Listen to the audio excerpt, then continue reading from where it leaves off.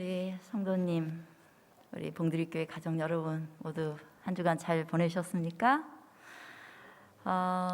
우리 온라인으로 예배에 참여하고 계신 모든 성도님들 너무 반갑습니다. 이번 주에는 우리 김지수 집사님이 갑자기 아버님께서 돌아가셔가지고 갑자기 쓰러지셔서 정말 큰 슬픔 중에 있었는데 우리 성도님들께서 또 잘 위로해 주셔서 감사합니다. 우리 하나님의 위로하심이 우리 김지수 집사님과 박장수 성도님 또 유가족들에게 함께 하시길 바랍니다. 성경에서 하나님에 대해서 오해하기 쉬운 이야기가 몇 가지 있는데 그 중에 한 가지 좀 너무했다 하는 듯한 이야기가 사무엘상 6장에 나옵니다. 우사 이야기예요. 우사 이야기. 이스라엘은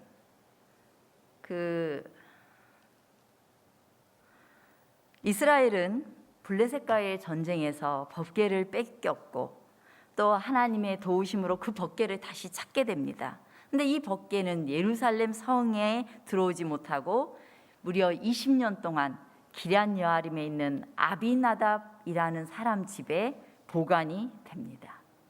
그리고 이제 20년이 지난 후에 다윗 왕이 이 법궤를 예루살렘 성으로 모셔와야 되겠다라고 생각을 하고 이제 이 법궤를 옮기게 했어요. 근데 본래 법궤는 하나님께서 명령하시기를 이 법궤는 하나님의 임재를 상징하잖아요.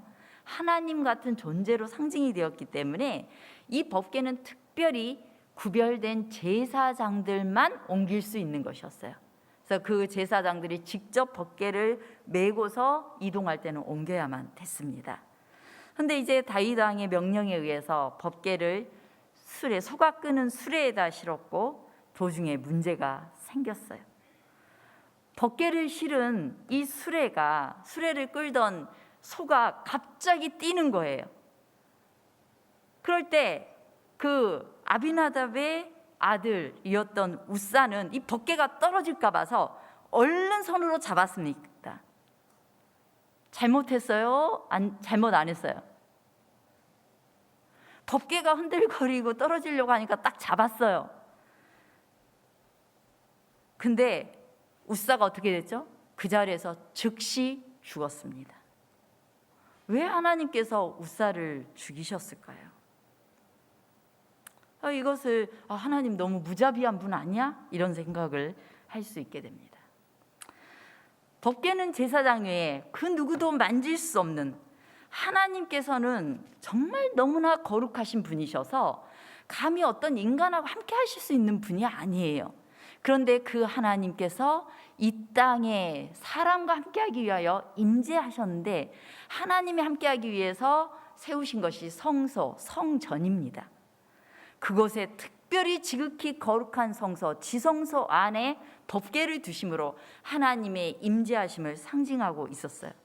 그래서 이 법궤를 볼 수 있는 사람은 제사장들 중에서도 최고위에 있는 대제사장만이 1년에 딱 한 차례 정해진 날에 지성소에 들어가서 이 법궤를 볼 수 있었습니다.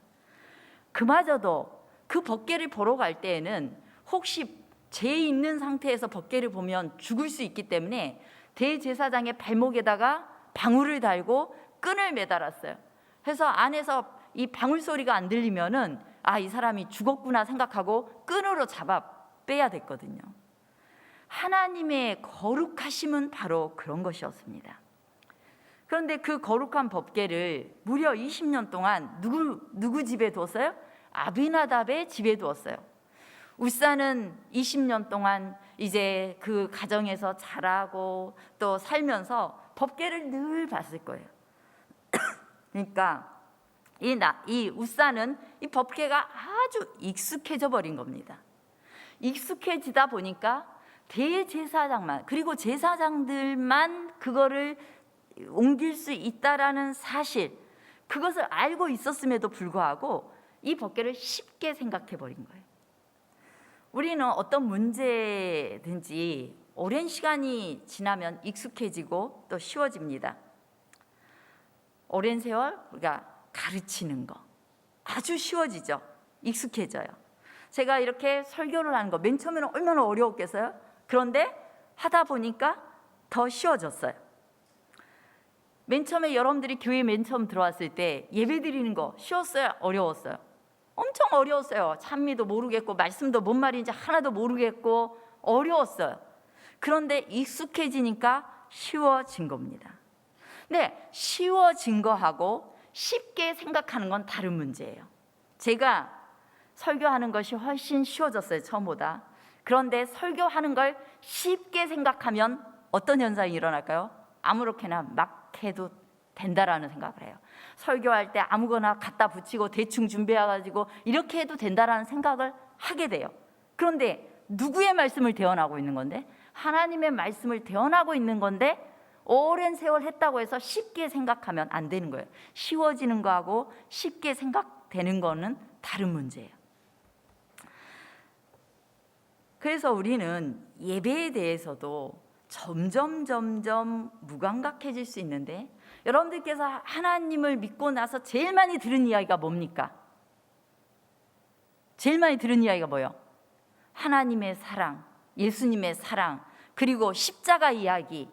예수님이 우리를 죽을 만큼 사랑하셔서 예수님의 목숨을 버리시고 우리를 구원하셨습니다 하는 십자가 이야기를 정말 많이 들었을 거예요. 모든 문제가 다 거기에 답이 있기 때문에. 그런데 십자가 이야기를 들으면 여러분 감동하십니까? 예배드리러 나와서 거룩하신 하나님의 임재 앞에 있다라는 사실을 여러분들은 인지하고 계십니까? 제가 첫 기원 기도에서 안식일이라는 거룩한 시간의 성소라고 말씀드렸는데, 이 안식일이라는 시간 속에 들어오시면 여러분은 하나님의 임재하심 앞에서 자신을 조아리고 있습니까? 십자가 이야기를 아무리 외쳐도, 십자가 이야기를 누군가가 해도 마음에 하나도 감동이 없게 되어 버릴 수가 있는 것이에요. 왜 이런 일이 발생할까요? 우리는 예배를 자주 드리고 또 이 예수님의 이야기를, 십자가 이야기를 충분히 알고 있기 때문에 무감각해지는 걸까요? 아닙니다. 아직 십자가를 잘 몰라서 감동이 없는 거예요. 십자가의 의미가 무엇인지를 잘 모르면 감동이 없습니다. 예수님의 보혈, 피, 희생, 예수님의 사랑, 감사, 이거는 수없이 많이 사용되는 단어지만 그것들을 우리가 직접적으로 경험하지 않으면 무감각한 단어입니다. 예수님의 피, 무감각해요. 감사, 왜 감사해야 되는지 모르겠어요. 감사할 일도 없어요. 경험하지 않으면 무감각해집니다. 저는 계시록을 시작한 첫 시간에 계시록은 무엇에 관한 계시라고 했어요? 예수 그리스도의 계시라고 기록되어 있어요. 예수 그리스도의 계시. 우리 계시록은, 예수님께서 계시록을 주신 것은 형식적이고 지식적인, 이 마지막 때는 마지막 어떤 짐승이 나와가지고 그다음 무슨 일이 일어날 것이고 그다음에 마지막 때 일어날 징조가 뭐고, 이것만 가르치려고 계시록을 주신 게 아닙니다. 계시록을 주신 진정한 목적은 우리의 형식적이고 지식만을 추구하는 신앙에서 벗어나서 예수님의 참 모습을 깨달아 알기 위해서 주셨어요. 계시록은 그저 마지막 때 일어날 무시무시한 일, 온 세상에 재앙이 있고 지진이 있고 온역이 있고 이런 일들만 보이기 위해서가 아니라 계시록은 예수님을 보게 하는 책입니다.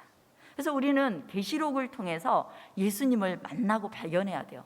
제가 앞으로 계시록을 다룰 때 사건도 취급할 것이지만 그 사건 속에 계시는 예수님에 대해서, 예수님의 구원에 대해서 더 많이 이야기할 것입니다. 우리는 계시록을 통해서 예수님을 만나고 발견해야 합니다. 그분을 통한 구원을 경험해야만 됩니다.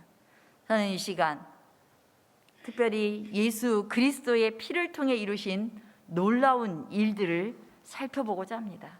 특별히 계시록 1장 4절로 6절과 20장 11절로 15절의 말씀을 중심으로 둘째 사망의 저주에서 해방되다라는 주제로 하나님의 말씀을 살펴보고자 합니다. 먼저 본문의 말씀 요한계시록 1장 4절로 6절 말씀을 봉독하겠습니다.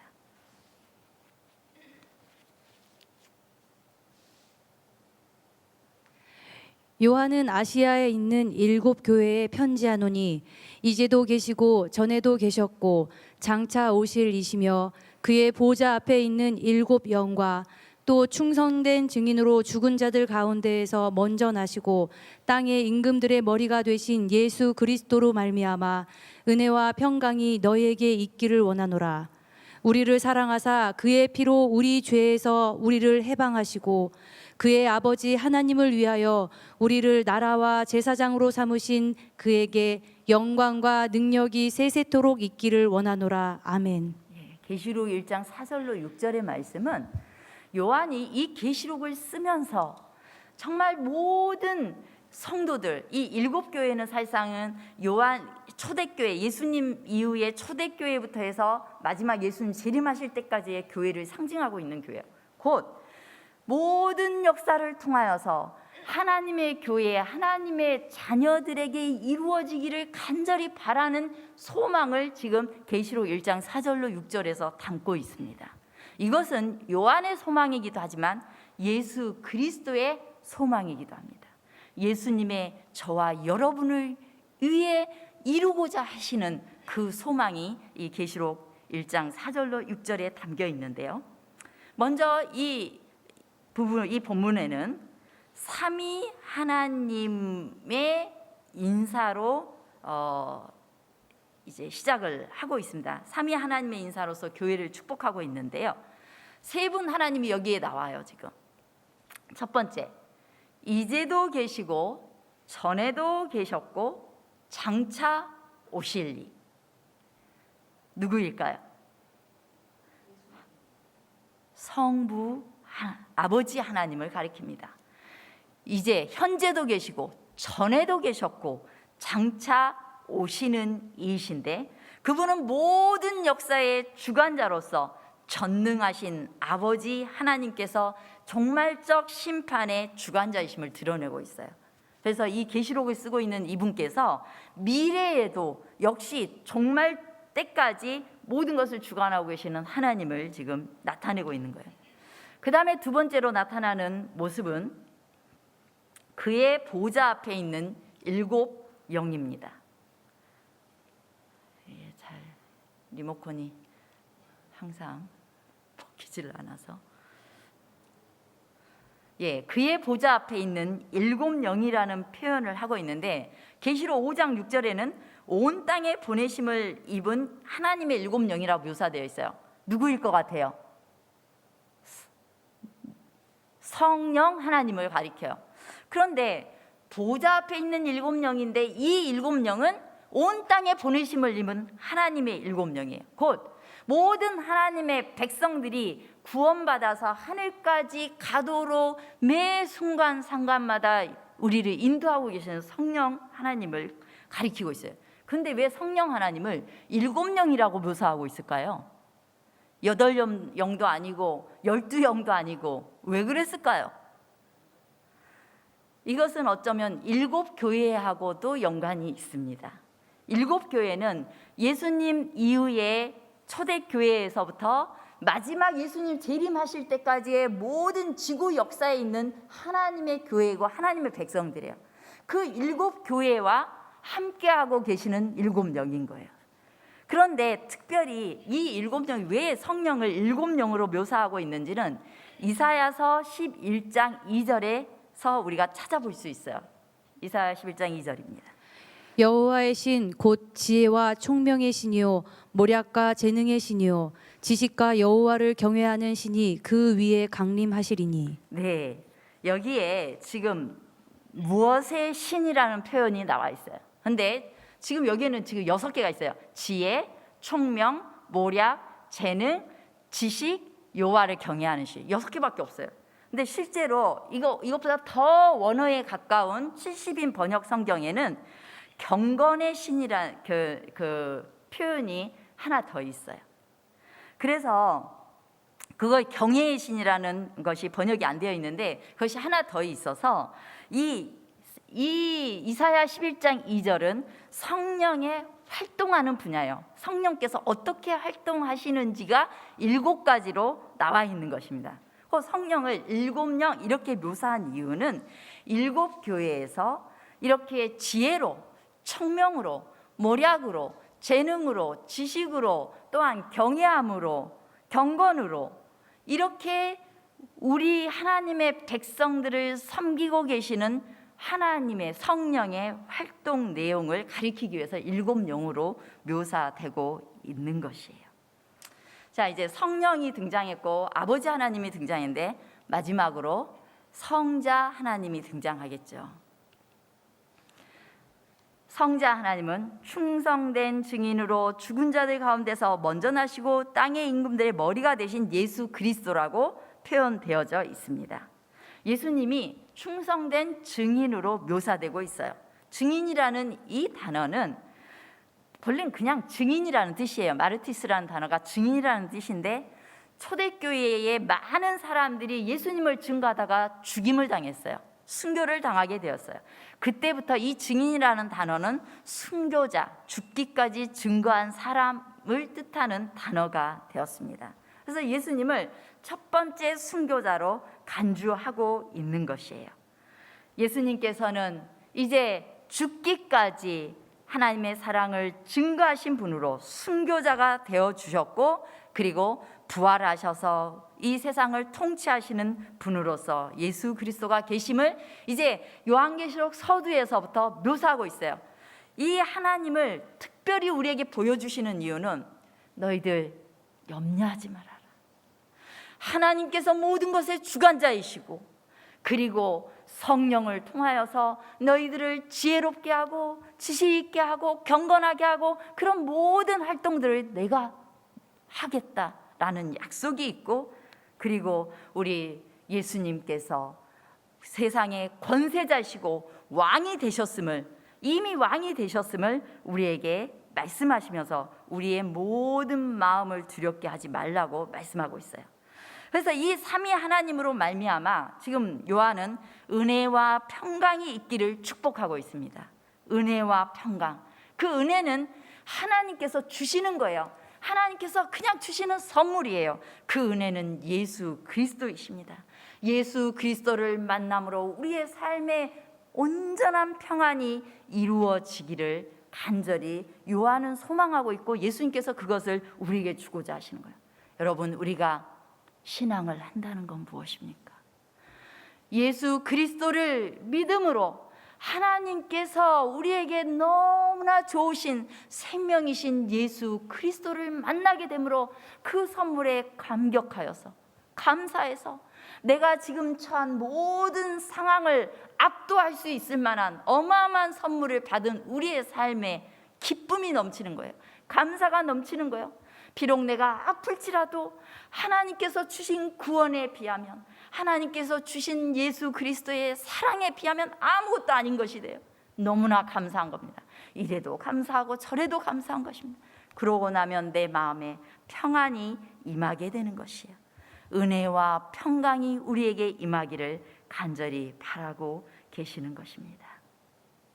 이제 예수님께서는 우리를 하나님을 위해서 제사장으로 삼으셨다라고 지금 묘사하고 있어요. 하나님을 위해 우리를 제사장으로 삼으셨다. 그 말은 우리의 신분을 완전히 바꾸어 버린다는 거예요. 우리가 원래는 죄인이었지만은 우리를 아주 거룩한 하나님을 볼 수 있는 제사장 신분으로 예수님이 회복시키심으로 인하여서 예수님께서 영광을 받으시겠다는 표현이 있어요. 그것은 바로 예수님의 오직 하나의 유일한 목적은 뭐냐면 우리의 신분을 바꾸는 거예요. 죄인이어서 죽을 수밖에 없고 괴롭게 살 수밖에 없는 비천한 그런 인생에서 완전히 신분을 바꿔서 하나님 앞에 당당하게 설 수 있는 사람으로 세우시는 것이 예수님의 일이었어요. 그래서 그걸 위해서 예수님께서 기꺼이 자신을 희생시키신 겁니다. 예수님이 우리의 신분을 바꿔주시기 위해서 기꺼이 당신이 우리의 죄값, 아주 그냥 빚에 허덕이고 있는 우리의 모든 빚 다 갚아줘 버리는 거예요. 우리는 죽을 수밖에 없었고 하나님께 나아갈 수 없는 그런 존재였지만, 그런 존재였던 우리를, 그 빚을 다 갚아버리기 위해서 예수님께서 돌아가심으로 하나님께 이끄시는 거예요. 우리를 뭐로? 제사장 신분으로 바꿔가지고 이끄시는 거예요. 그러니까 하나님이 너무 기쁘신 거예요. 하나님이 저와 여러분 때문에 병이 났어요. 너무 사랑하는 내 자식이 엉망진창의 삶을 살아가고 있을 뿐만 아니라 그들이 이제 죄 때문에, 자신의 죄 때문에 죽어가고 있는 것이 하나님 마음을 너무 아프게 했어요. 이 자식들이 다시 나에게 새롭게 신분이 회복되어서 돌아오길 바라셨어요. 그래서 예수님께서 가셔서 그 모든 빚 다 청산하고 우리를 깨끗한 옷 입혀서 하나님께 돌아오게 하니까 하나님이 너무 좋으신 거예요. 예수님이 기꺼이 그 더러운 곳에 자신을 두신 겁니다. 우리의 신분을 바꾸기 위하여. 그 사랑이 너무 커서 예수님은 십자가의 사랑을 영광스럽게 된 거예요. 바로 이것이 계시록 전반에 흐르는 아주 큰 어떤 일이에요. 하나님께서 이루고자 하시는 일이에요. 그것이 이 축복의 기도 속에, 축복문 속에 들어가 있는 사상인 것입니다. 자, 이제 저는 이 축복 인사 중에서 특별히 집중해서 보고 싶은, 이 시간 집중해서 보고 싶은 것이 1장 5절에 있는 말씀이에요. 다시 한번 읽어볼까요? 우리를 사랑하사 그의 피로 우리 죄에서 우리를 해방하시고. 예수님께서 우리를 사랑하사 그의 피로 우리 죄에서 우리를 해방하시고, 예수님께서 이루고자 하시는 일이 이거였는데요. 어떤 방식으로 이루어졌는지를 오늘 살펴보려고 하는 것입니다. 먼저 예수님이 자신의 피로 우리를 죄로부터 해방시켜 주셨다라고 말씀하는데, 피는 뭐예요? 피는 생명이고 피를 흘렸다는 건 죽음을 가리킵니다. 그래서 피는 죽음이라고 말할 수 있어요. 피는 죽음이에요. 여기에서의 이 죽음은 단순한 육체적으로 죽는 죽음 이상의 것을 가리킵니다. 여기에서 그의 피, 이 말은 둘째 사망을 가리키고 있어요. 사망도 첫째 사망, 둘째 사망 있잖아요. 첫째 사망은 모두가 다 너도 한번 다 누구나 죽는 죽음이에요. 그런데 둘째 사망은 악인들만 영원히 죽는 죽음입니다. 근데 예수님께서 피를 흘려서 대신 죽으셨어요. 그래서 둘째 사망을 대신한 피가 그의 피인 것입니다. 계시록에서 요한은 둘째 사망에 대해서 언급합니다. 특별히 계시록 20장에 보면은 둘째 사망에 대한 언급이 있는데요. 자, 읽어보겠습니다. 또 내가 크고 흰 보좌와 그 위에 앉으신 이를 보니 땅과 하늘이 그 앞에서 피하여 간데 없더라. 또 내가 보니 죽은 자들이 큰 자나 작은 자나 그 보좌 앞에 서 있는데 책들이 펴 있고 또 다른 책이 펴졌으니 곧 생명책이라. 죽은 자들이 자기 행위를 따라 책들에 기록된 대로 심판을 받으니 바다가 그 가운데서 죽은 자들을 내주고 또 사망과 음부도 그 가운데서 죽은 자들을 내주매 각 사람이 자기의 행위대로 심판을 받고 사망과 음부도 불못에 던져지니 이것은 둘째 사망 곧 불못이라. 누구든지 생명책에 기록되지 못한 자는 불못에 던져지리라. 네. 지금 하나님의 큰 흰 보좌와 하나님께서 보좌에 앉으시고 쫙 내려오는데, 그 다음에 책들이 쫙 펼쳐지고, 그리고 뭔가 이 죽었던 사람들이 다시 다 일어나니까 그들을 심판하고 그들을 불못에 던져 넣었다는 내용이에요. 자, 우리가 천년기에 대해서, 예수님께서 재림하신 이후에 천년기가 있는데 천년기를 한 번만 다시 정리해 보겠습니다. 천년기.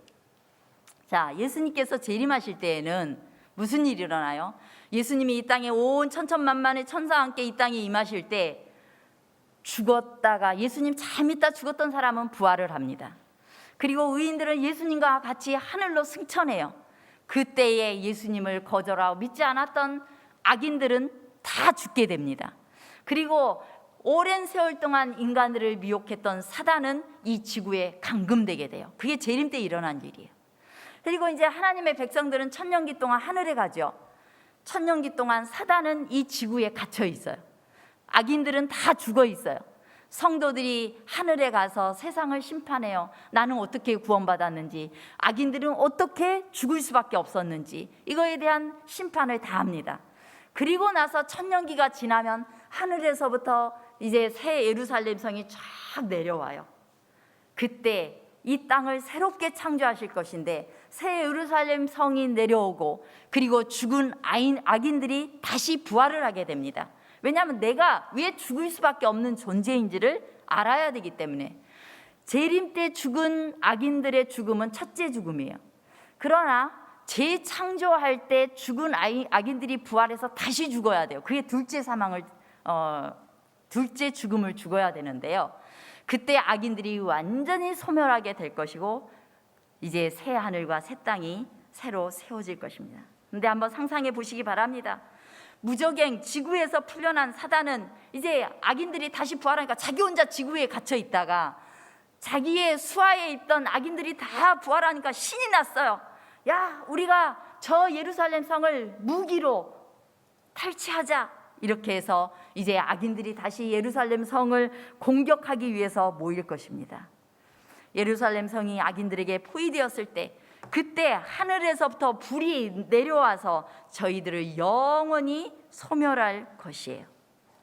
계시록은 어린 양 예수님을 거절하고 하늘을 거절한 사람들에게 불못이 예비되어 있다라고 설명하고 있습니다. 그 불못은 불로 악인들이 영원히 소멸되는 걸 둘째 사망이라고 합니다. 그런데 이 영원한 불로 소멸되는 이 둘째 사망은 그냥 죽는 거, 불로 소멸되는 거, 그 의미만을 가지고 있지는 않아요. 둘째 사망은 무엇일까요? 자, 이제 둘째 사망을 좀 살펴보려고 해요. 둘째 사망의 시작은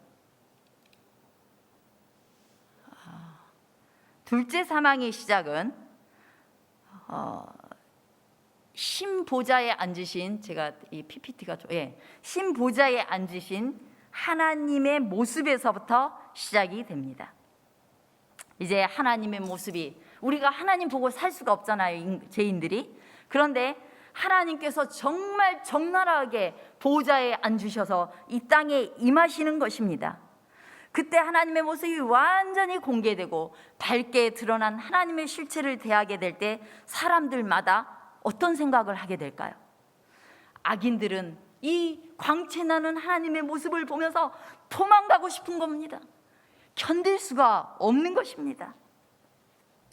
그들은 하나님의 거룩한 사랑에 반대하는 길을 찾아왔어요. 하나님의 사랑을 무시하고 하나님의 사랑을 떠나고 하나님이 싫어하는 일만 골라서 했기 때문에 하나님의 거룩한 신성 그 자체를 악인들은 견딜 수가 없는 것입니다. 심지어 성경에 보면 하나님을 신실하게 따랐던 사람들조차도 하나님의 임재 앞에서 정신이 혼미해지고 혼절하고 기절을 하게 되었어요. 그리고 나는 죄인이어서 죽을 수밖에 없다라고 고백할 수밖에 없었어요. 그렇기 때문에 계시록에는 그것에 대해서 이렇게 표현해요. 땅과 하늘이 그 앞에서 피하여 간데없더라. 하나님의 그 보좌 앞에서 땅과 하늘이 다 견딜 수가 없는 거예요. 하나님의 그 모습 속에서. 그러니 하물며 악인들은 어떤 마음이겠습니까? 악인들은 거룩하신 하나님을 견딜 수가 없는 것입니다. 하나님과 분리되는 무시무시한 감각을 경험하며 완벽하게 혼자 고립된 것처럼 느껴질 것입니다. 이제 그들은 내가 이 온 우주 하늘과 내가 조화를 이룰 수 없다라는 것을 선명하게 깨닫게 될 것입니다. 소속감이 없을 거예요. 나는 아무것도 아님을 느끼게 될 겁니다. 그래서 차라리 죽기를 바라게 되는 것입니다. 그리고 이 흰 보좌 앞에서 책이 열립니다. 책들이 펴져 있고, 그리고 죽은 자들이 자기 행위를 따라 책들에 기록된 대로 심판을 받겠다라고 말씀하고 있습니다. 하나님과 마주하는 이 어마어마한 장면에서 둘째 사망은 하나님과 대면하는 걸 견디지 못하도록 하고, 두 번째는 죄의 추악한 본성, 자기가 얼마나 하나님 앞에서 죄된지를 보게 만드는 것이 이 둘째 사망인 것이에요. 자기가 지금까지 어떤 삶을 살아왔는지, 자기가 지은 죄가 무엇이었는지 이 책들에 적나라하게 기록되어 있는 거예요. 할 말이 없게 만드는 거예요. 내가 얼마나 하나님께서 나를 끝까지 붙드시고 사랑하셨는데도 그것에 대해서 배반하고 오히려 돌아서고, 그리고 오히려 죄 짓는 삶을 살았던, 그리고 비웃고 조롱했던 그런 모든 것들이 다 지나가는 거예요, 이 책을 보면서. 그러면서 이제 견딜 수가 없어요. 내 모든 죄가 다 드러나기 때문에. 이제 악인들은 더 이상 자신의 죄를 용서받을 길이 없는 거예요. 그런 사랑을 기대할 수 없는 그 시점에서 자기의 죄를 다 보게 되는 것입니다.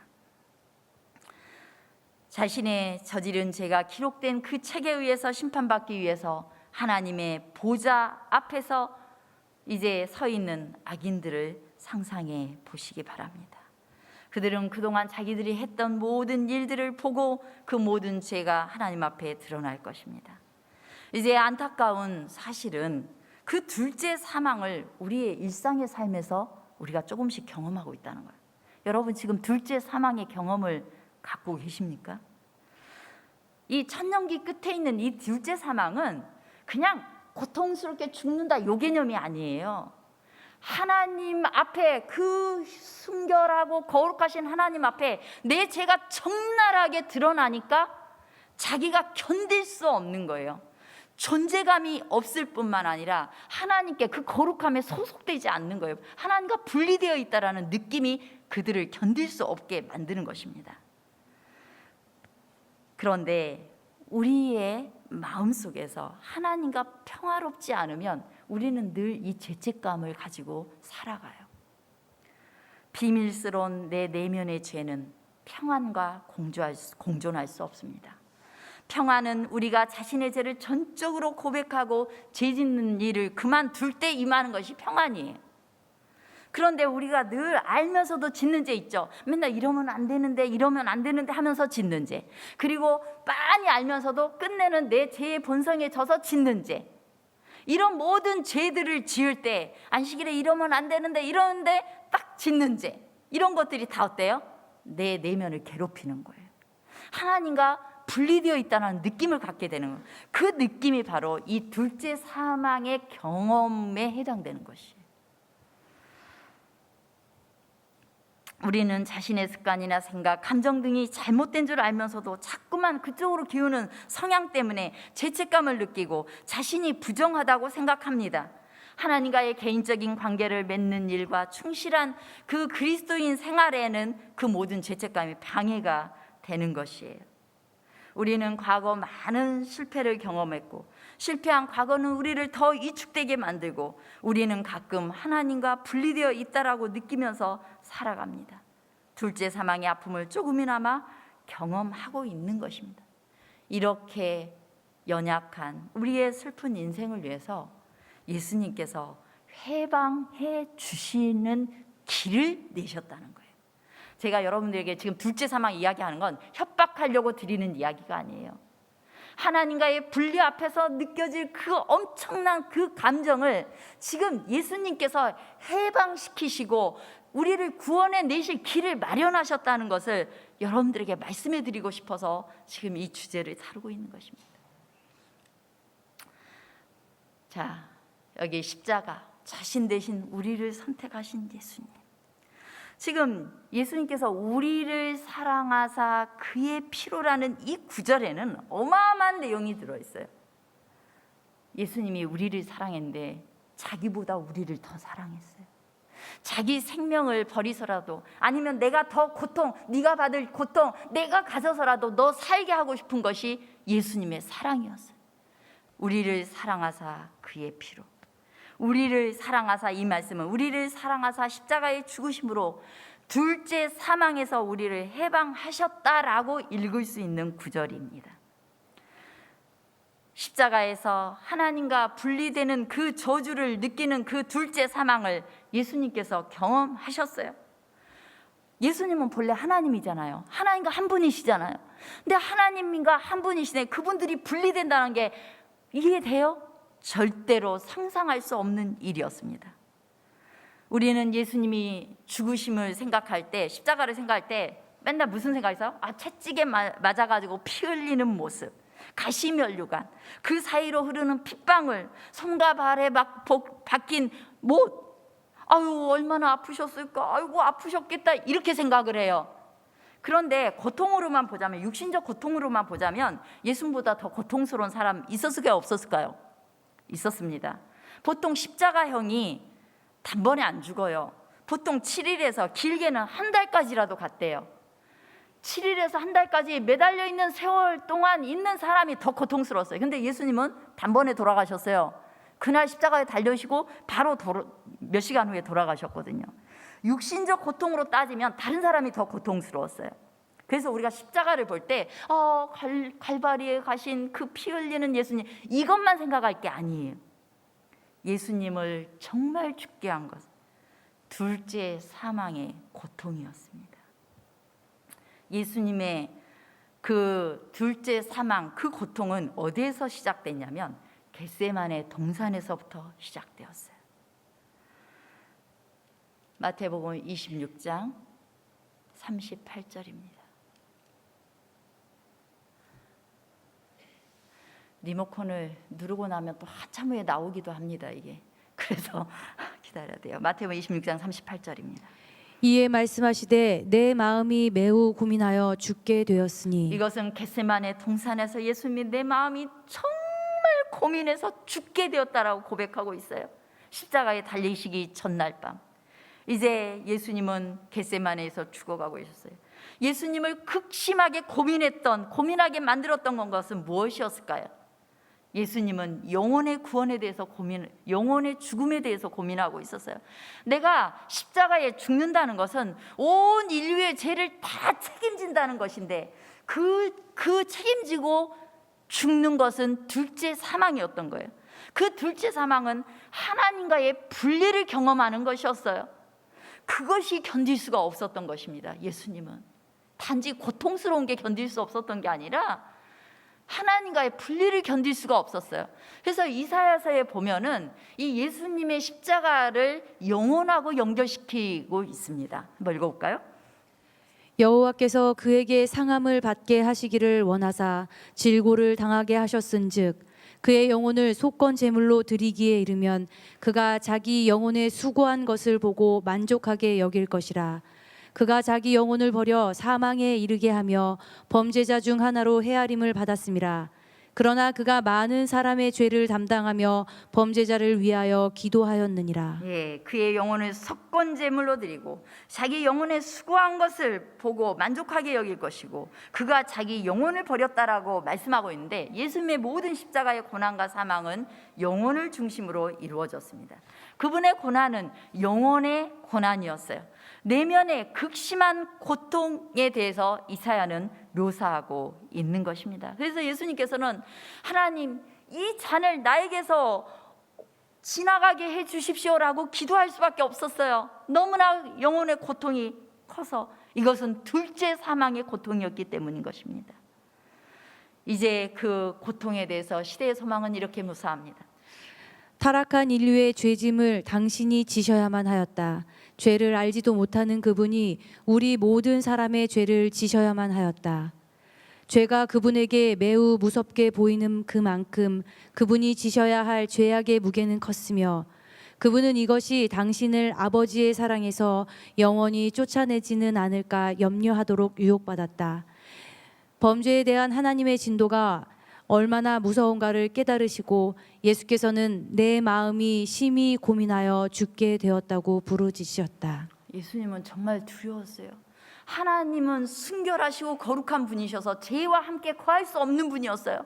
그런데 예수님이 이 인류의 모든 죄를 다 예수님 몸에 다 안게 되면 그 하나님과 내가 분리되어 심지어는 그 하나님에게서부터 완전히 떨어져 나오게 될까 봐, 그것이 예수님을 고통스럽게 했습니다. 그래서 십자가 위에서 이제 예수님이 십자가에 달리셨을 때 흑암이 쫙 이 사방을 두르게 되었을 때 정말 하나님과 내가 분리되었다라는 느낌을 예수님께서 가지시고 뭐라고 부르짖으셔요? 나의 하나님, 나의 하나님, 어찌하여 나를 버리셨나이까? 예수님의 십자가는 둘째 사망의 고통이었기 때문에 정말 하나님과 분리되는, 견딜 수 없는 그 고통을 느낀 거예요. 우리 어린아이들이 엄마와 분리되면 가장 서럽게 울어요. 한번 분리되고 나면은 더 어떻게 해요? 절대로 떨어지지 않으려고 집착하죠. 예수님의 고통은 바로 그런 고통이었어요. 이제 하나님과의 분리를 예수님은 십자가에서 경험하셨습니다. 그리고 주님께서는 이것을 기꺼이 선택하신 것은 저와 여러분을 살게 하는 유일한 방법이었기 때문에, 죄값은 치러야만 되는데, 인생이 이 땅에서 고통스럽게 살다가 한 번 죽는 것도 불쌍한데 영원히 하나님과 분리되어 죽는 인생들을 생각하면 예수님이 견딜 수 없는 거예요. 차라리 그 죽음, 내가 죽을게, 너 다시 살아 라고 선택하신 거예요. 그래서 예수님은 예수님을 선택하지 않고 우리를 선택한 겁니다. 우리를 살게 하기로 선택하신 것이 바로 십자가 사건이었던 것입니다.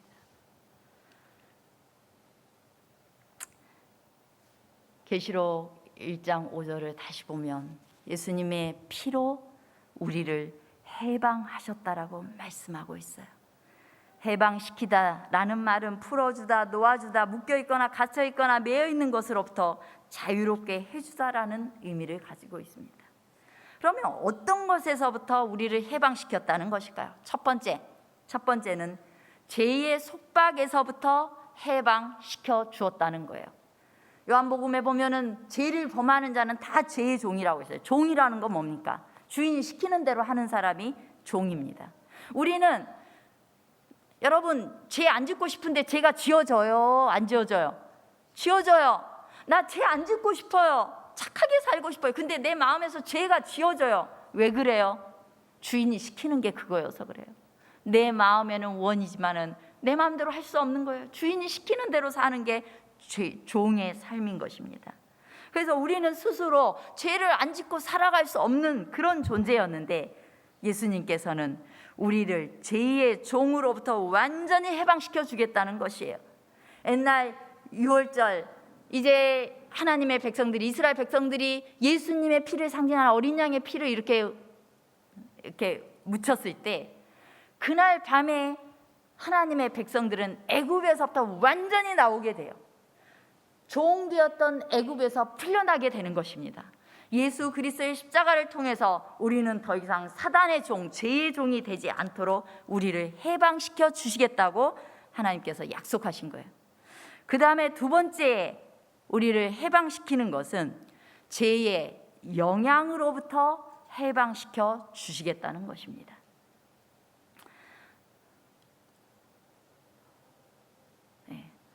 죄의 영향, 그것은 무엇이냐면 이 죄의 영향은 죄의식을 뜻하는데요. 사람들은 죄를 지을 때보다 죄책감 때문에 더 괴로워합니다. 우리의 죄를 예수님께서 용서해 주셨음에도 불구하고 죄책감이 나를 사로잡으면 난 맨날 죄인이야, 난 죄인이야 이러면 행복하지 않아요. 그런 그리스도인들이 많습니다. 누군가에 늘 빚져있고 늘 마음의 부담을 안게 살아가게 되면은 행복하지 않고 죽을 것 같아요. 그런 사람은 스트레스가 많아서 정말 빨리 죽어요. 그런데 우리는 그 빚을 지고 나면 그 빚에 대한 부담감이 마음을 짓누르게 되는데요, 주님께서는 우리의 죄의식으로부터 우리를 해방시켜 주시겠다라는 것입니다. 계시록 5장 9절 말씀입니다. 그들이 새 노래를 불러 이르되 두루마리를 가지시고 그 인봉을 떼기에 합당하시도다. 일찍이 죽음을 당하사 각 족속과 방언과 백성과 나라 가운데서 사람들을 피로 사서 하나님께 드리시고, 예수님께서 사람들을 피로 사셔서 둘째 사망 딱 죽어버리고 빚 다 갚으시고 하나님께 드리셨다라고 말씀하고 계셔요. 우리의 죄의 모든 영향력에서부터 너 이제 더 이상, 우리가 내가 빚지어 있는데 우리 장로님께서 빚을 대신 갚아줬어요. 더 이상 빚쟁이들이 우리 쫓아와요? 안 쫓아와요. 마찬가지로 우리는 계속 빚졌다라는 그 느낌 속에서, 죄책감 속에서 살고 있던 거, 내가 너의 모든 죄를 바닷속에 던져버렸다, 이제 죄책감 갖지 말라고 우리에게 말씀하고 있는 것입니다. 그저 내가 너를 다 빚을 탕감해 주었으니 그냥 내 사랑 안에 살으라고 말씀하고 계시는 거예요. 주님께서는 그의 피로 우리의 빚을 탕감하셨고 죄책감으로부터 우리를 해방시켜 주셨습니다. 세 번째로 우리를 해방시킨 것은 더러움에서 우리를 해방시키십니다. 이제 주님께서는 어린 양의 피에 그 옷을 씻어 희게 하였느니라는 이 표현이 있어요. 하나님의 구원받은 백성들은 어린 양의 피에 그 옷을 씻어 희게 하였습니다. 죄라는 건 더러움이에요. 우리는 죄의 속박이나 빚의 개념이 아니라 불순해서 하나님 앞에 나아가지 못하게 만드는 오염된 상태예요. 죄를 지었다는 것은. 그런데 더러운 상태로 우리가 하나님께 나아갈 수 없습니다. 우리에게는 깨끗한 옷이 필요한데 예수님의 피로 그것을 깨끗게 할 수 있다는 거예요. 여기에서 그 옷은 품성을 가리킵니다. 우리의 품성이 의의 깨끗한 품성으로 바뀌어져야 하나님 앞에 나아갈 수가 있는데 우리는 더러운 거예요. 우리의 의가 더러운 거예요. 그런데 예수님의 피로 우리를 깨끗하게 하시겠다라고 말씀하고 있는 것입니다. 가려뽑은 기별 1권에 있는 말씀입니다. 하늘에 있는 하나님의 가족으로 인정받을 가치가 있는 모든 사람들은 서로를 하나님의 아들과 딸로서 인정할 것이다. 저들은 저들이 받는 능력과 사유하심이 같은 군원 곧 저희 죄를 위하여 십자가에 돌아가신 예수 그리스도에게서 오는 것임을 깨닫게 될 것이다. 저들은 성도의 광명한 집회에 참여하고 의의 흰 두루마기를 입기 위하여 저희 품성의 두루마기를 주님의 피로 씻고 그리스도의 이름으로 하늘 아버지의 간합하심을 받아야 한다는 사실을 알고 있다. 네, 이제 우리가 우리의 품성이 변화되는 방법은 딱 한 가지, 그리스도의 십자가 앞으로 나아가는 것입니다. 그리스도의 십자가 앞에서 주님께서 나를 위해 둘째 사망의 죽음을 죽으셨다라는 사실을 믿는 거예요. 그리고 내가 짓고 있는 모든 죄 하나하나가 예수님을 못 받고 있다라는 것을 느끼는 것입니다. 내가 거짓말하는 이거, 누군가를 미워하는 그 행동 하나하나가 예수님을 못 받고 있고 둘째 사망으로 예수님을 내몰고 있다라는 걸 인식하게 되는 순간에 우리는 죄를 미워하게 될 것입니다. 미운 마음이 생길 거예요. 그래서 이 죄를 짓는 것이 너무 고통이 될 거예요. 예수 그리스도께서 성령을 통하여서 그런 마음을 갖게 하시는 거예요. 그래서 그 순간 미워하던 감정도 내려놓고 또한 나쁜 짓도 내려놓고 내려놓을 수 있는 능력을 받아 우리를 그리스도의 피로 인하여 깨끗한 품성으로 변화함을 받게 되는 것입니다. 이것이 해방이에요. 십자가 앞에서 우리는 해방되어 우리의 옷을 쉬게 할 수가 있는 것입니다. 그리고 마지막으로 고소와 정죄로부터의 해방입니다. 계시록 12장 10절로 11절 말씀입니다.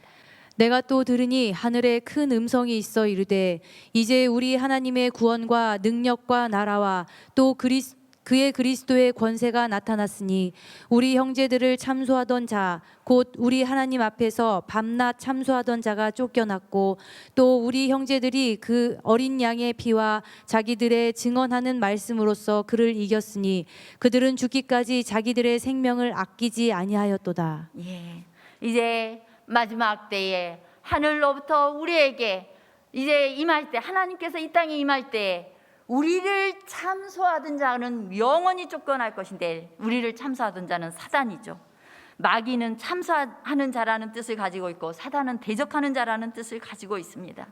마귀 사단은 우리를 하나님 앞에서 이 얘처럼 이렇게 지저분한 애를, 이렇게 죄가 많은 애를 어떻게 하나님의 의로운 그 하늘나라로 데려갈 수 있습니까? 어떻게 구원할 수 있습니까? 예, 안 됩니다라고 참소하겠지만, 그러나 그때 주님께서 우리를 그리스도의 피로, 어린 양의 피로 우리를 증언하시고 그를 이기실 것입니다.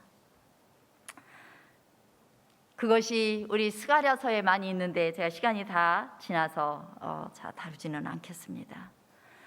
이제 스가랴서에 보면은 예수님 우리 인류를 상징하는 대제사장 여호수아가 불에 그슬린 옷을 입고 있었어요.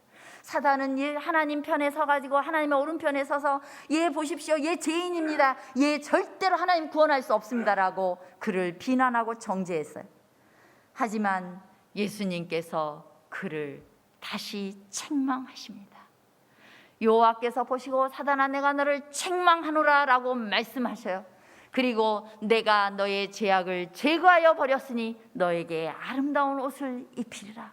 주님께서는 사단의 이 참소를 물리치고 내가 너를 구원하였고 내가 너를 대신해서 둘째 사망을 죽었으니 너에게 아름다운 옷을 입히리라. 더 이상 고소하지 말아라, 고소하지 말아라고 선언하시는 것입니다. 요한계시록은 우리에게 둘째 사망에 대해서 분명히 가르칩니다. 그리스도와 상관없는 자들이 영원한 불못 그리고 영원한 죽음을 당해야 됩니다. 그것은 우리의 운명이었어요. 하지만 예수 그리스도께서 그 운명에 처하도록 우리를 두실 수가 없었습니다. 예수님께서 친히 오셔서 당신이 하나님과의 분리인 둘째 사망을 경험하시고 대신 우리를 그의 피로 말미암아 우리를 해방시켜 주셨어요. 그리고 사단의 모든 고소와 사단의 모든 정죄가 더 이상 힘을 발휘하지 못하도록 그의 입을 막아버렸습니다. 이제 우리의 선택만이 우리 앞에 남아 있습니다. 어린 양의 피로 죄에서 해방되는 경험을 여러분들은 하시겠습니까? 아니면 죄의 노예로 사시겠습니까? 날마다 자신의 죄를 그리스도의 피로 씻고 회개하는 삶을 사시겠습니까? 아니면 여전히 해결되지 않은 죄를 안고 살아가시겠습니까?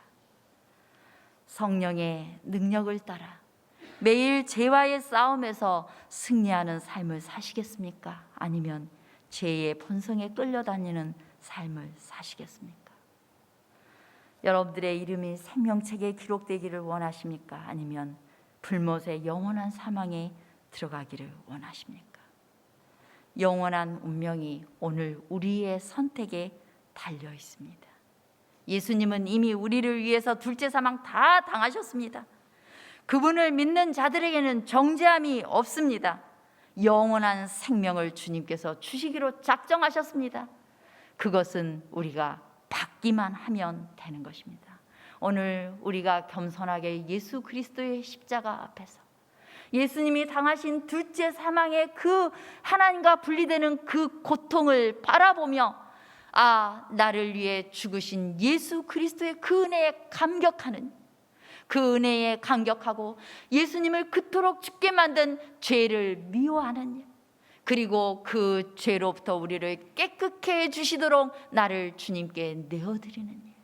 오늘 우리는 그 선택을 하기만 하면 주님께서 우리를 위해 죽으신 예수님의 피로 말미암아 우리는 둘째 사망에서부터 자유로운 해방된 사람이 된 것입니다. 저와 여러분들이 정말 하나님께 오늘 하루 날마다 그리스도의 십자가 앞에서 예수님을 만나고 예수님의 피로 깨끗함을 받는 저와 여러분 되시기를 간절히 바라겠습니다.